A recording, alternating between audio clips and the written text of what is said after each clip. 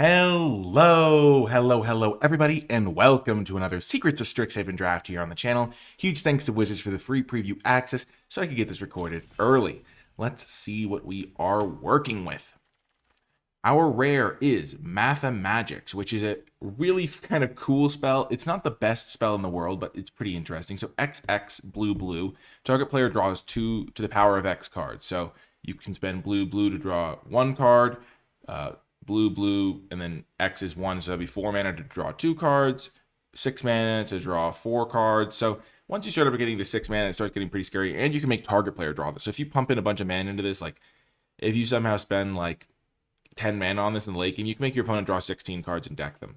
I think this rare is much better though, Grave Researcher. If it sticks around for like a single turn, you're going to be in really good shape, and so it's kind of like a must-kill card, which some decks might struggle with. So I think we're going to take this. The other option is a Braid, which I think is also a good card.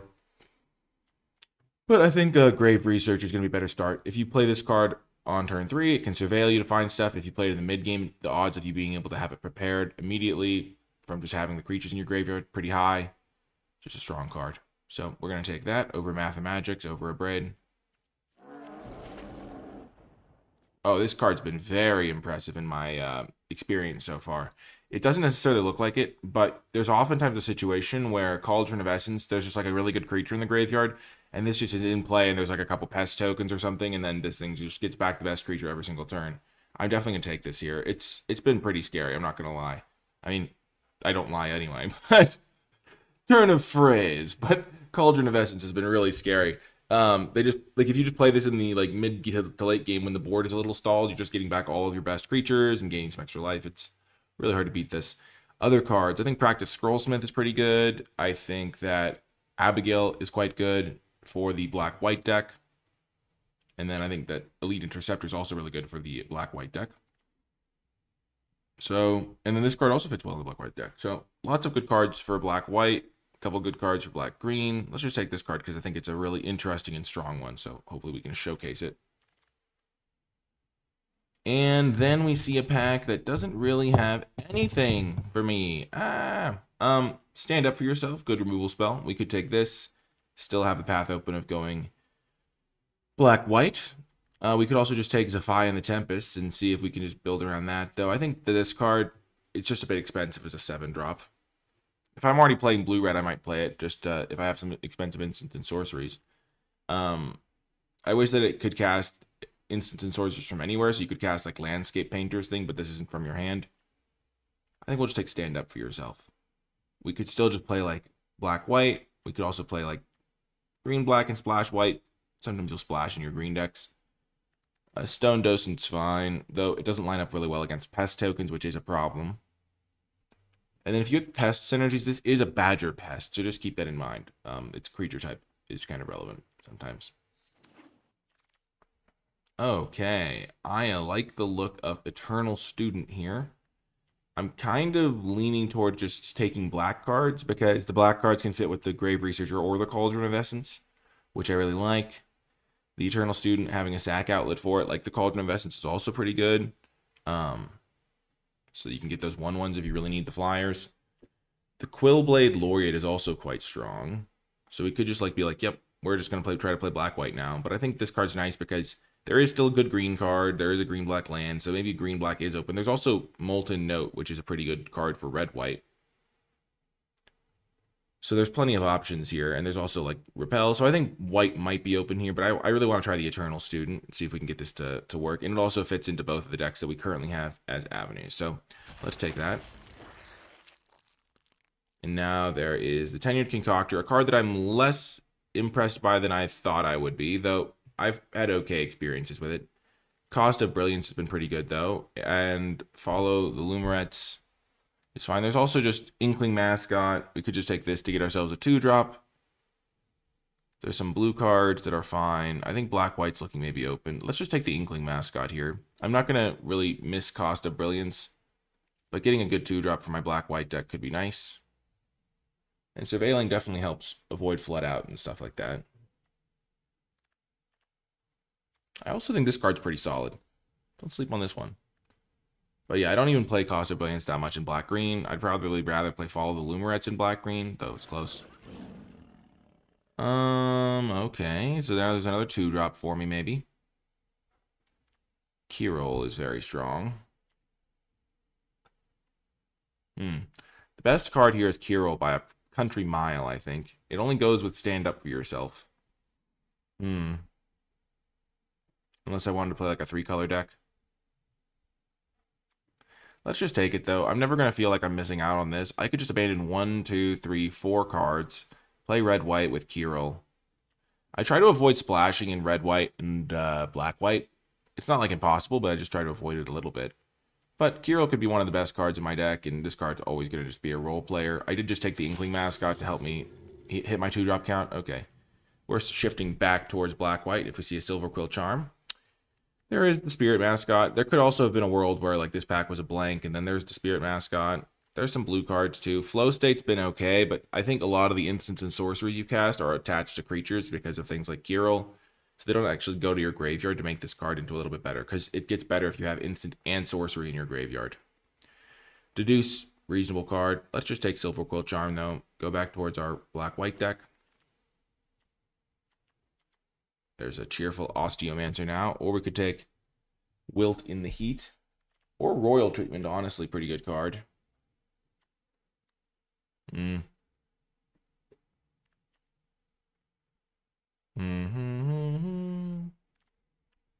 Royal Treatment's been really strong for me.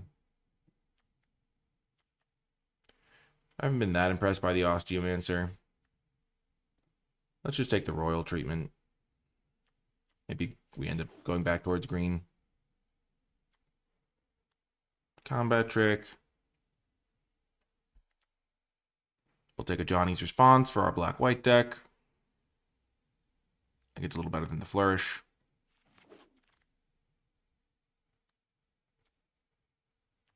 We have some multicolored cards. This could do some stuff. I don't think we want Stargaze.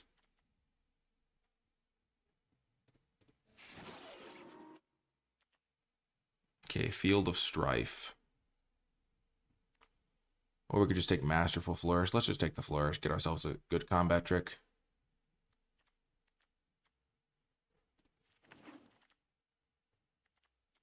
Okay, Repel Calamity can be fine. I don't love the Horse Beast. I think we've kind of just settled into black-white here. Nice. I think we'll get the Imperious Ink Mage over the Cost of Brilliance. Our creature count, I think, is a little bit low right now, and this one's a pretty solid 3-drop. Okay, this is a really good card, but I'm trying not to splash in these decks, as I said. It also really thrives in red-white specifically, because that's the deck that has the most cards leaving the graveyard on its own. This card's also messed up, but really not for my colors. So we're going to just take the third best card in the pack, which I think is Stirring Honormancer. Really nice card for black-white, but I wish I was playing one of these color combos. I think we just didn't see enough to make the Kirill work. We didn't see enough to make blue-green work, that's for sure. But we have plenty of black-white cards. And this card's definitely a good one, so not complaining. But, ooh, and not complaining at all, we get an Informed Inkwrite. 2/2 with Vigilance, and when you cast an instant or sorcery that targets a creature, create a 1/1 black and white Inkling creature token. That's perfect. I would love to get Adventurous Eaters. I would love to get Rapier Wit. This could wheel. But we're just going to take the Inkwrite. It's a massively good card for us. Fantastic. Ooh, and then we can get a Dissection Practice, which is perfect because it's a really good way to target your creatures with stuff. Cheap. Gives like basically +2/+2, but sometimes you can like win a combat with the +1/+1 and kill something with a -1/-1, win 2 combats at once. Really good card. Okay, and then I do think a Johnny's Response is still a fine card. I have not been that impressed by the Burog Banemaker. It's kind of okay, but yeah, a Johnny's Response, good removal spell. Even in your aggressive decks, you can use this at the top end of your curve, or if you get off to a slow start, it can help you turn things around. We have plenty of kill spells, though. I like to put my kill spells in a pile here so we can kind of see our curve of creatures, but also our curve of like non-creatures. So this is a combat trick. We have like 3 2-drops we can play. I guess we'll put the combat tricks over here. This also can be a kill spell in a pinch. We have plenty of kill spells over here. I think Feed the Swarm's a good kill spell as well. 2 mana. Kill something. The Render Speechless is also pretty fine. But I think we'll take Feed the Swarm. Ooh, nice. This is a great pack for us. Lecturing Scorn Mage, I think is going to be our pick. 1-drop that grows compared to Elite Interceptor, which is a 1-drop that helps with our synergy pieces. And then Imperious Ink Mage is also good. I would probably take Elite Interceptor over the Ink Mage, and I would also take Last Gasp over the Ink Mage. There's a lot of good cards in this pack. Let's take the Scorn Mage. 5 drops aren't exactly what I want in this deck, but it's still a good top-end card. The 3-drop is not in that high of demand, I don't think. It's a fine card, though. The Drain for 2 is a big difference. Ooh, and then we get one of these guys, the Melancholic Poet. I do need some more 2-drops. I'm currently at 3, and I don't really want to play the Mage Tower guy. I would play this card, though, so getting one of those is fine, but I think this card versus the Ink Mage is also, like, pretty interchangeable. Beautiful. We get a Wander Off, get another kill spell. The more kill spells we get, the more we can kind of look to cut things like a Johnny's Response that are a bit more expensive, or Repel Calamity, which are more situational. I like the Adventurous Eater over the Rapier Wit. Like, it's a nice little synergy piece. Rapier Wit is solid, but I think I only really ever want 1 copy. Just because if you draw a couple of those, it does cost you some time to get those out. Ink Mage came back. That's nice. The more cards like Ink Mage I have, the better a card like Mage Tower Referee becomes. Because if I have like 5 or 6 multicolored spells, I can do some work. Okay, so my combat tricks are in this pile now. Let's see. I'm always like perfect. This works out. This works out because you can see all of the columns that I have.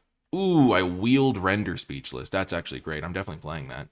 I like going like 3-drop creature into Render Speechless. Ooh, and then we get this card. I love Emeritus of Truce. The cool thing about this card, you have a lot of flexibility. So depending on the board state, you can just play this as a 3/3 that comes with a 1/1 flyer, which is just awesome.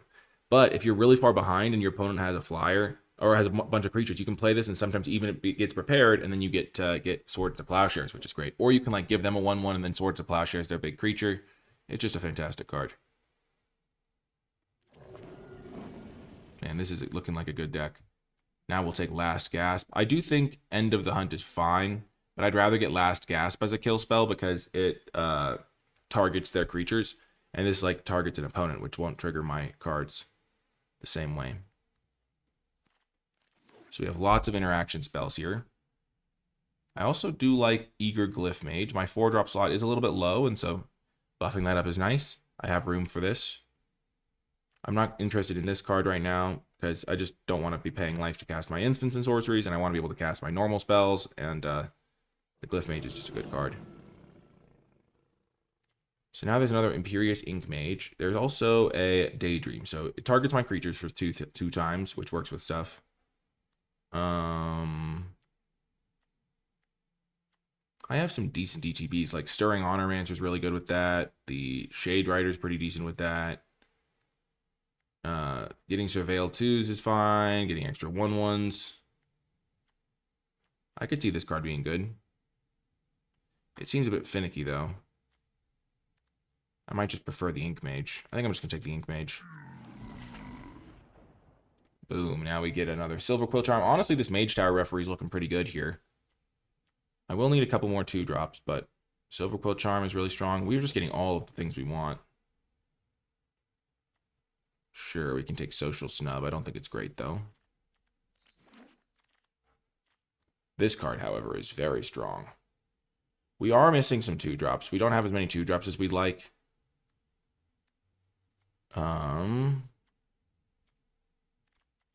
This card's just really good, though.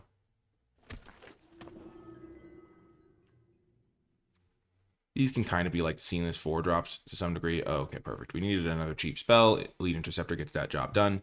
Hopefully we wheel like an Inkling Mascot. Beautiful. I hope we would wheel this. I don't think anyone else is playing this deck. This Mage Tower Referee's looking pretty good. My colors are pretty balanced. This card's fine.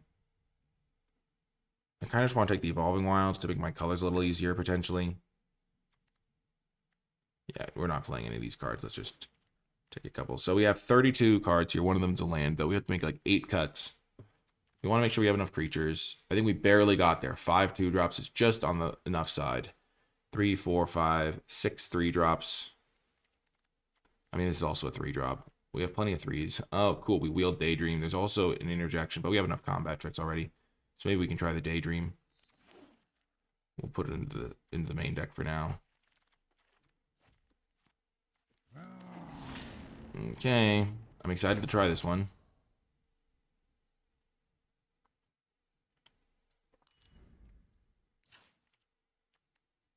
Okay, we definitely found the open lane, which is good. So I think playing the Terramorphic expansion is fine. So Social Snub could get cut pretty easily. Flourish could get cut. Let's see how many combat tricks we have. 1, 2, 3.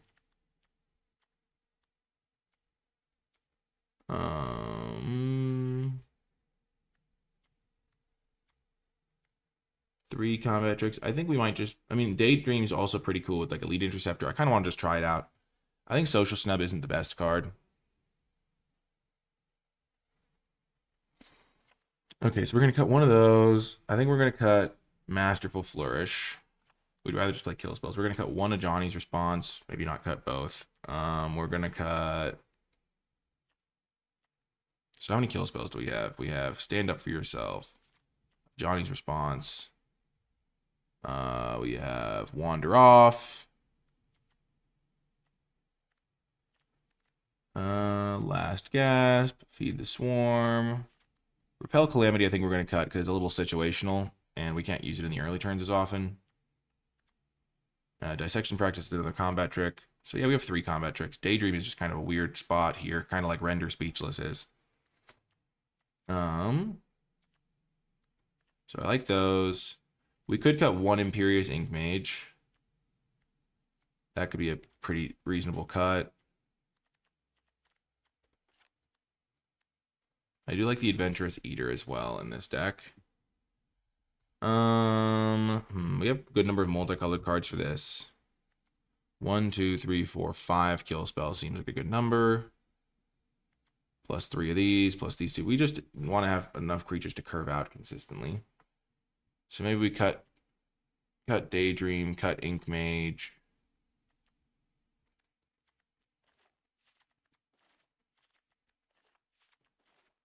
Let's just see how our curve kind of looks.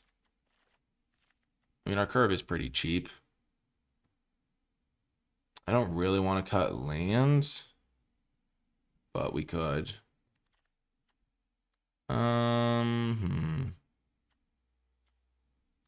I think these things look pretty good. We're going to cut another Johnny's Response, and we're going to cut a land. I don't know. Our average curve is 2.7. That's pretty low. Yeah, this should be fine. We don't really need to get up to 5 mana very often. I guess some of our cards don't have perfect synergy, but like we could add like more synergy pieces if we want to, but let's just try it like this for now. Like we could always go like cut Eager Glyph Mage for another Imperious Ink Mage just to have like another 3-drop that's like multicolored card. But yeah, let's just try it like this. This deck is going to be pretty good, and I'm excited to see it in action. And as we get ready for round number 1, I'd like to shout out the NicolaiBolas Patreon at patreon.com/NicolaiBolas if you enjoy my videos and you'd like to support my mission to make draft accessible for people of all skill levels. Patreon is the place to go, and you get access to cool bonus content like my card-by-card tier list and Format Thoughts document. Special shout out to those patrons who support at the credits level. It makes a tremendous difference, so thank you to all of those patrons. Okie doke, we have found our round 1 matchup. They won't know what hit them. Ooh, we have the snooping page. Oh my gosh. Oh my gosh. This is a disgusting curve. I wish we were on the play, but it's still disgusting. We have a lot of ways that are going to let us get this going in a very favorable manner. Oh, the mirror match. Oh my gosh. We have the Silver Quill Charm. 1-drop, 2-drop, 3-drop, Silver Quill Charm. Kill their creature or put 2 counters onto one of our creatures. My gosh. In this matchup, killing one of their creatures could be the key. Okay, no blocks.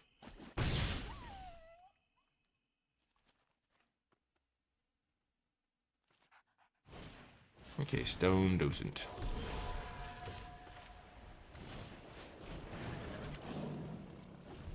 I think I'll trade Lecturing Scorn Mage for Stone Docent. The 3 power is going to trade with this for a very long time. And the clearer the board is, the better a snooping page becomes, I think. I could also exile the Stone Docent in a couple turns.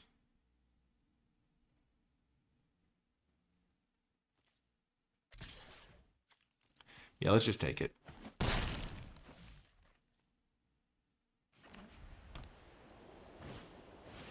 Sure.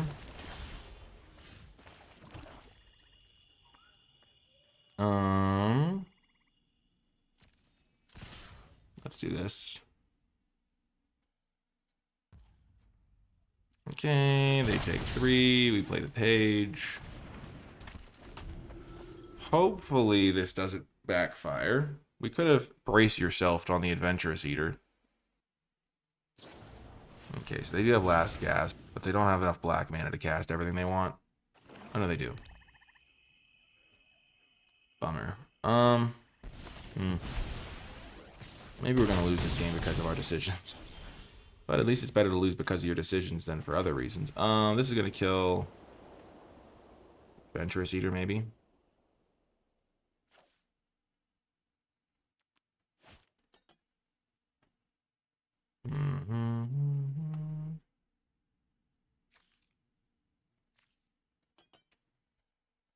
And then next turn we can drain them for 2.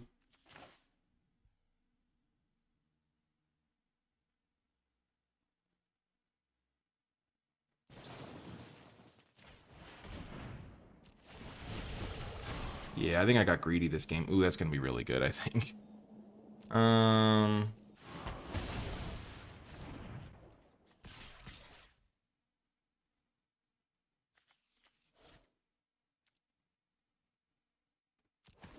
We'll trade the Inkling Mascot for the Stone Docent now, I think, which isn't my favorite thing to do, but maybe force him to cast like a targeting spell on my guy. Yeah, that's what I was hoping for. Because now they don't have access to that. Yeah, I think casting my 3-drop there was super greedy. If I played the game as if I was on the play when I should have played it in the more defensive manner. And now I'm probably going to lose as a result, but... Here I can go block this here, double block there. Hope for the best. This card draining them could be pretty good for me here. That's a good trade for me, though. That's one of the reasons I kept this card on top, was because that's a good trade. It's favorable.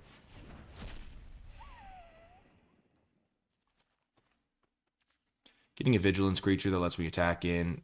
Maybe apply some pressure with this. I have a bit of life draining here, which is nice. Beautiful. I do want to get this thing down first. The life swing from this is huge.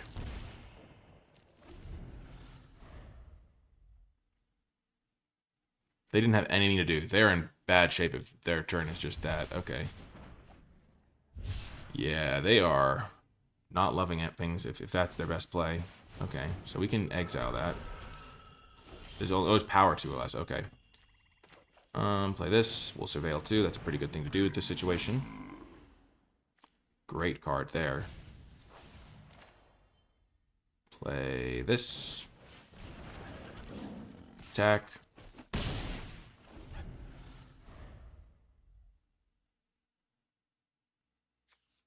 I thought it was mana 2 or less, but power 2 or less makes this a lot better. Okay.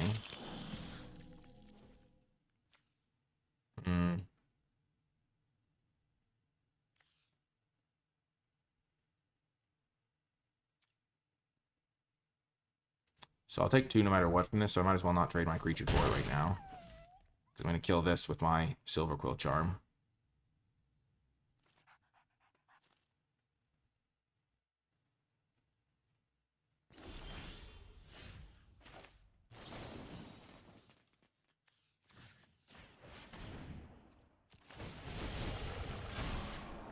Oh, that's a really good card to draw.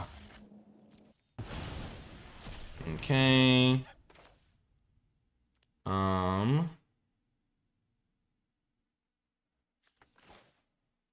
Play Elite Interceptor. I want to tap to something. Or maybe I want to use it to untap my creature. But I want to get another counter on this, maybe. Maybe I don't want to attack with that. I'm going to attack for 3, 5, 7. Play this. Untap this guy as well. Or untap my 2/2. Let's untap the flyer in case they have a thing that... No, there's not really a combat trick that gives flying, though. Could play this, tap down the Elite Interceptor, and then attack with my 3/3s as well.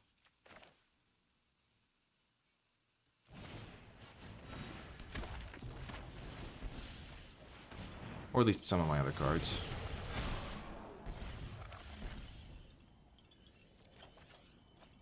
So we're definitely going to attack with our Vigilance, our Flyers.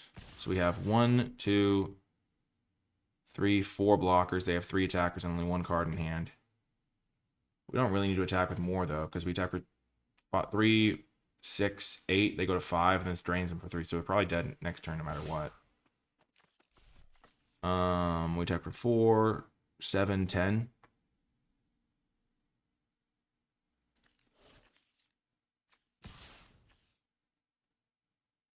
So we'll have 1, 2, 3, 4, 5 blockers. They have 3 creatures. So if they play like Interceptor, tap my guy, and kill something, I'm still going to win.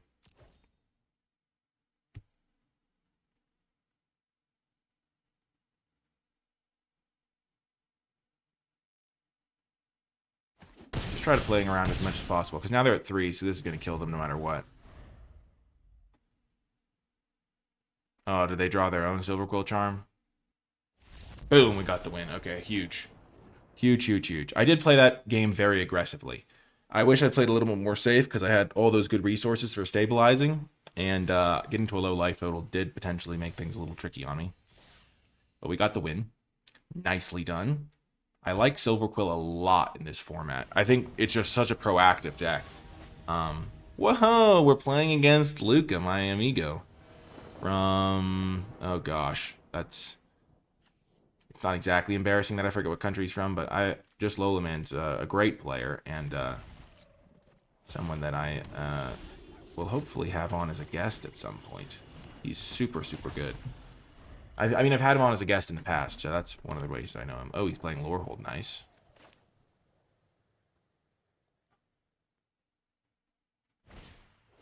Okay.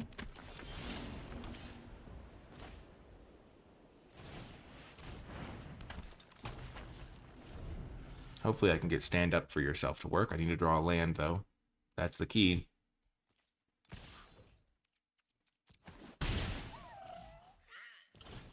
Okay, living history, sure.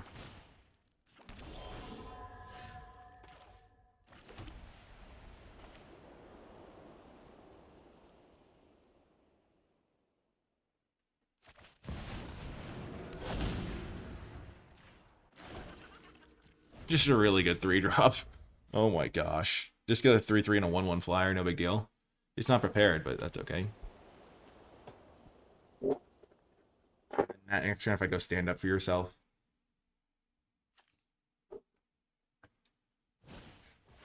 Oh, perfect. I can stand up for myself onto the Expressive Fire Dancer. Take it down. Okay, I will stand up for yourself on that so I can just lock in some value. Get a counter.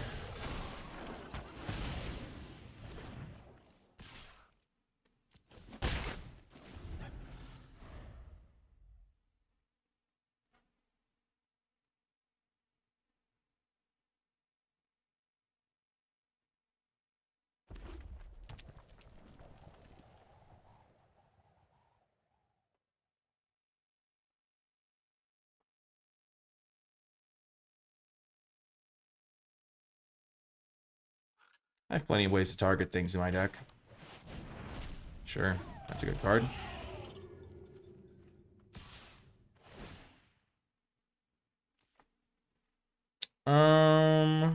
Yeah, let's trade here. We don't want to take too much damage when they have a big flyer. That's a good card. That's a really good draw. Oh my gosh.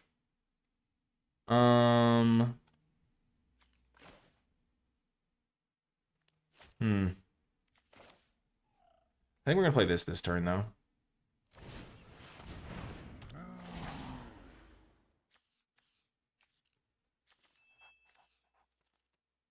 I think we get rid of both, honestly, because we just want to draw a swamp here.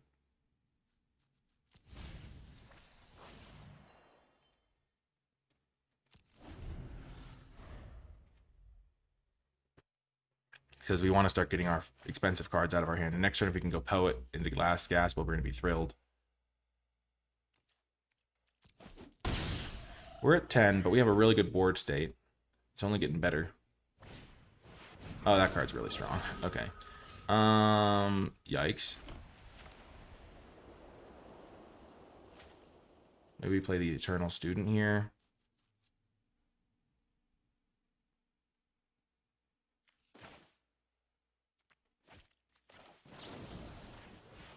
Let's just do this. Get another 1/1 guy. We have plenty of 3/3s to deal with those 2/2s. Let's just start chipping in for in the air. The ground is not an issue for us, really. Okay, that's a scary card.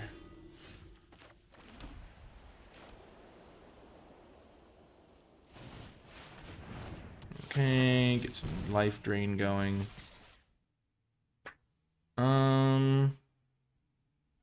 Yeah.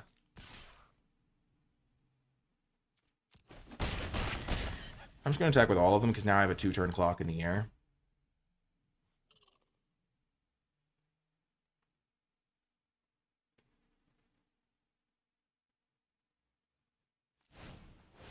Relic Sloth, yikes. That is a good card.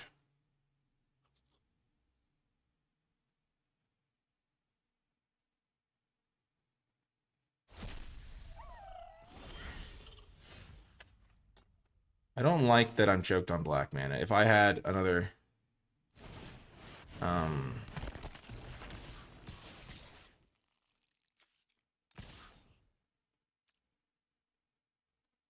So now they have to attack with the Relic Sloth, so I can trade the Eternal Student for it, hopefully. They have a lot of spirits. Spirit, spirit, spirit. So this thing's pretty scary.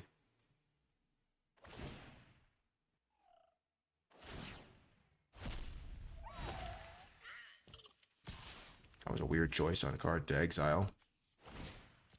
Why didn't they exile?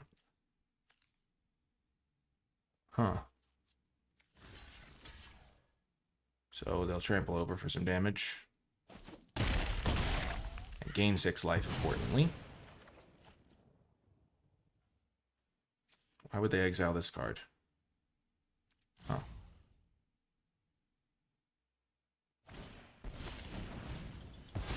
So I would love to draw a swamp here.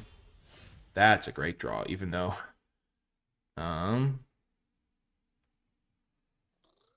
So maybe attack with my Vigilance guy as well now.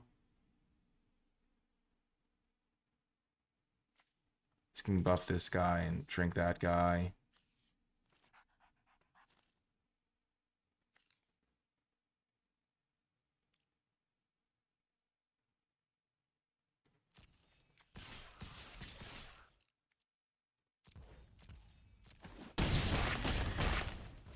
You can do this at instant speed, so they won't suspect anything.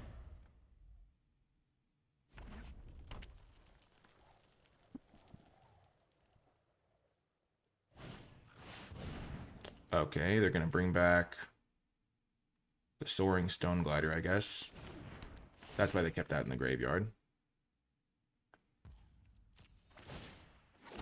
So we got him, I think. He can't gain enough life to stop us here.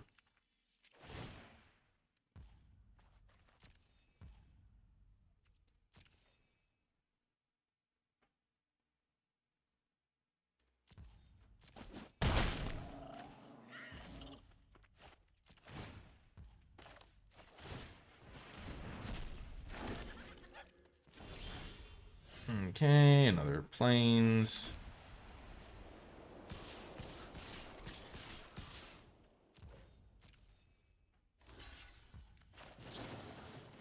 Target opponent loses a life. Buff this creature. Kill this creature. Good game. Bang. Yes! That was a weird game. It was a lot harder because of the fact that I had so many planes. I needed one extra swamp to really take over that game and win a couple turns sooner, but we played it slow and steady. Luca didn't have any kill spells, so we were able to get the victory. It's kind of fun. I can probably message him. I'll message him. GG's. Ooh, we're playing against someone from the Wizards of the Coast. One of the people who worked on the set, perhaps? GG.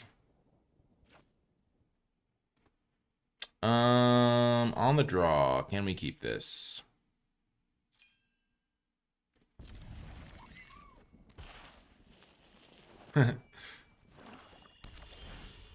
We are going to keep this because I think if we draw any land to cast the Emeritus, it's good. And then this thing can draw us extra cards. And if we do draw a swamp, we're in pretty good shape.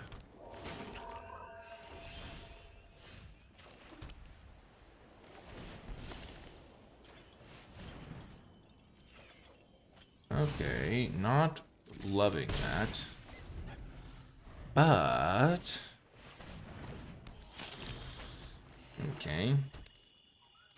If I can find a swamp now, I'm going to be really happy.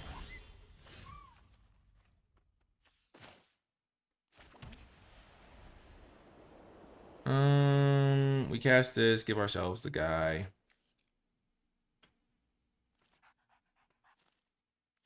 Yeah, still think it's correct.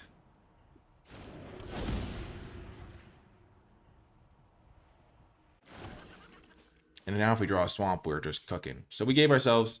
I mean, it's not the greatest keep ever, but, like, mulliganing is also really bad. And if we do draw the swamp now, we go Informed Inkrite, Silver Quill Charm to kill the Silver Tongue. Oh, no. No, that's pretty good. Yeah, that's a good combo. So we kind of need this to go our way here. Alas. We'll just say good game. We can't win this. Yeah.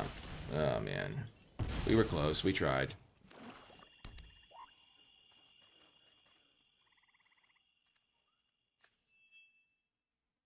Probably should have been a mulligan, honestly, in retrospect.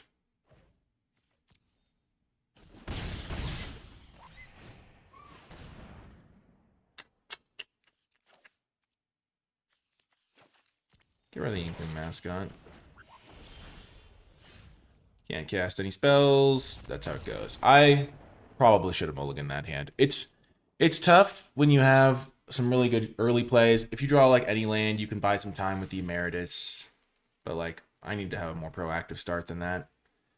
Sometimes you gotta just ship it away. Especially because my deck tries to win the game quickly. They had a pretty good start, but they also missed land drops. They just had both their colors, which is a huge difference.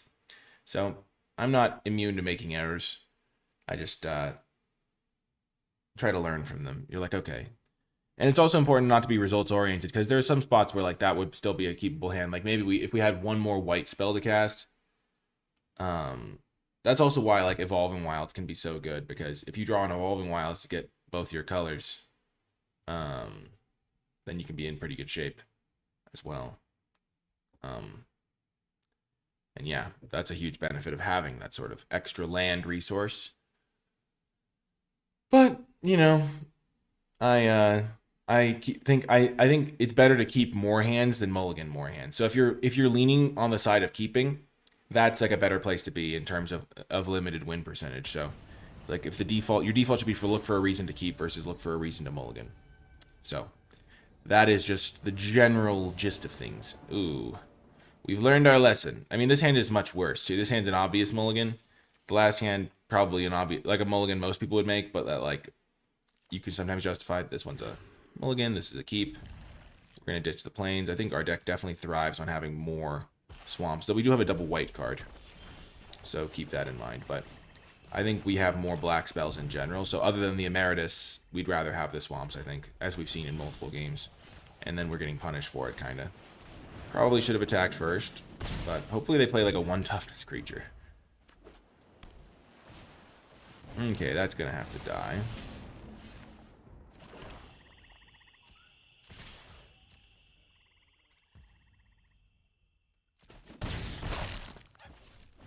Alas, we have only drawn Swamp and Dissection Practice.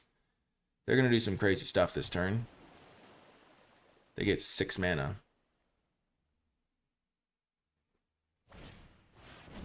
Okay. Not the scariest thing they could have done.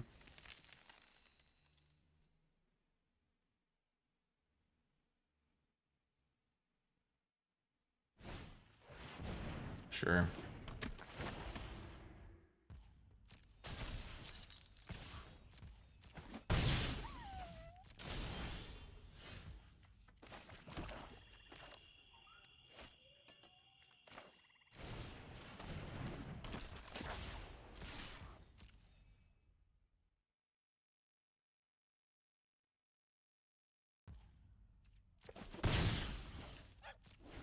Okay, they're getting more mana. We need to maximize our cards. The reason I played this is because we need to be able to get like extra 1/1s from as much stuff as possible.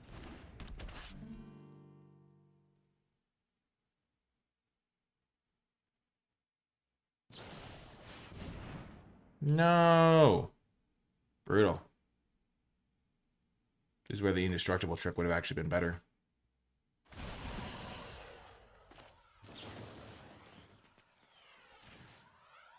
We're gonna get this thing so we can surveil one and stuff. And grow our guy. Yeah, we do not need a Mage Tower referee. We need a much swingier play here. Only they'd cast that for X equals 2 instead.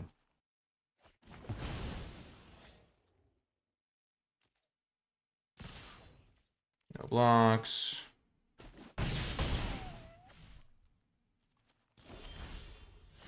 That's a good draw. I messed this up. I should have attacked first. Oh, no. Oh, no. Terrible. If I attack with this first, they never block, so I deal an extra 2 points of damage. Yeah, that was hasty of me.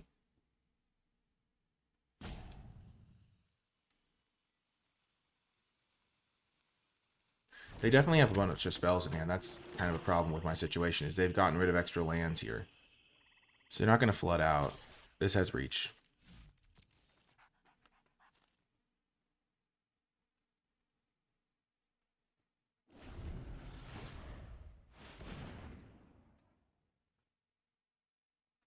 I think our deck is pretty good. We got kind of a little unfortunate in the way this game panned out because we were on a mulligan and didn't have the cleanest of starts.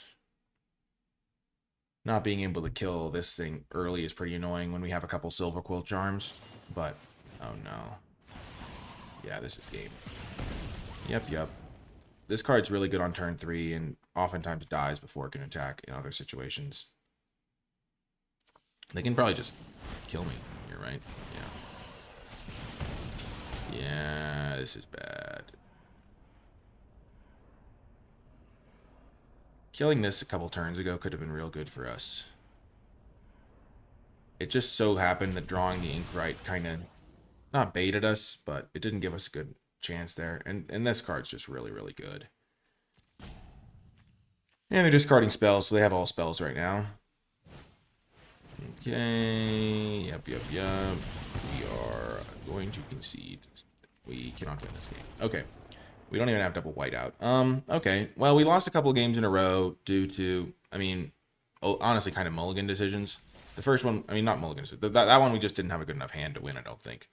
The first one we should have mulliganed. We could have still lost. Like, you can still lose a game that you mulligan. Like, you saw that game. My hand didn't really come together very well. Having one extra card could have made a big difference. But, like, when you mulligan, it doesn't really help you that much. Ooh, we're keeping this. I don't like being on the draw, but, I mean, Mage Tower referee into Snooping Page into kill spell potentially could be good. They're on a mold of 5. Okay, this is one of those ones where you're like, okay, I just need to draw a land.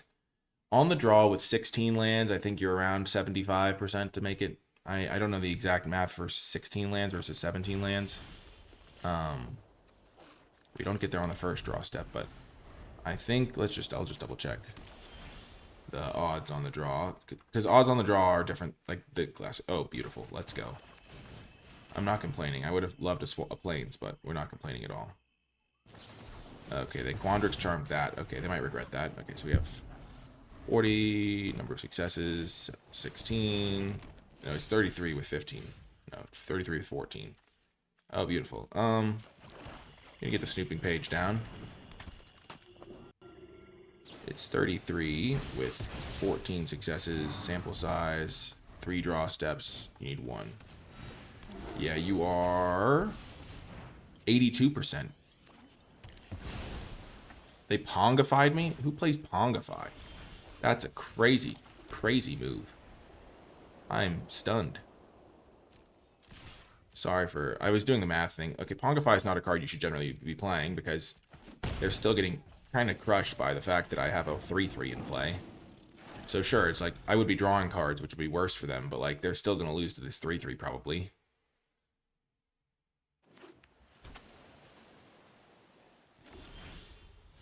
Bum bada bum bada bum bada bum. I'm going to play the Honormancer because it hits harder. This can be fine as a play after. This can chump block the Honormancer, but I think this is still going to be fine. I don't think we're going to count this as... I like to play 5 rounds with each deck.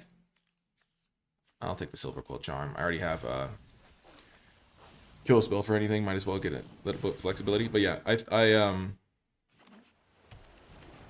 I like to play 5 rounds with each deck, but this game is not really a game. We're crushing them. If they win this one, though, after I say this, it would be kind of crazy. But, I mean, they're kind of pulling back into it, honestly. But I just have such an overwhelming power and toughness advantage right now. Like... I don't know. I feel like they're kind of almost dead next turn. 4, 5, 8, 11.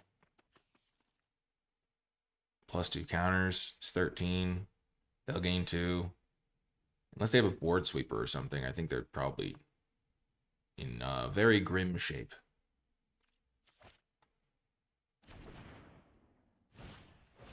Okay. Okay, so they have a combat trick of sorts.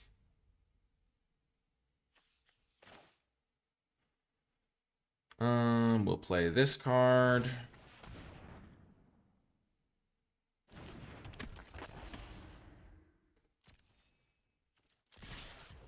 And I know they have a combat trick because otherwise they would have gained life with this card.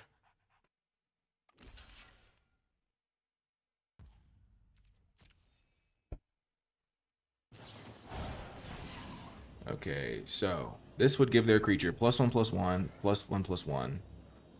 So that'll make it a 4/4, so I can make my guy a 5/5.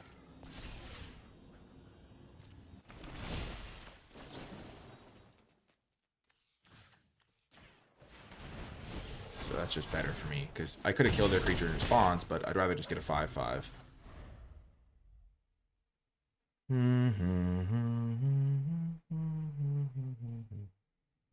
Like, it was super obvious they had something there, but that's how it goes. Okay, so we will kill that and then attack them and really put them on the ropes.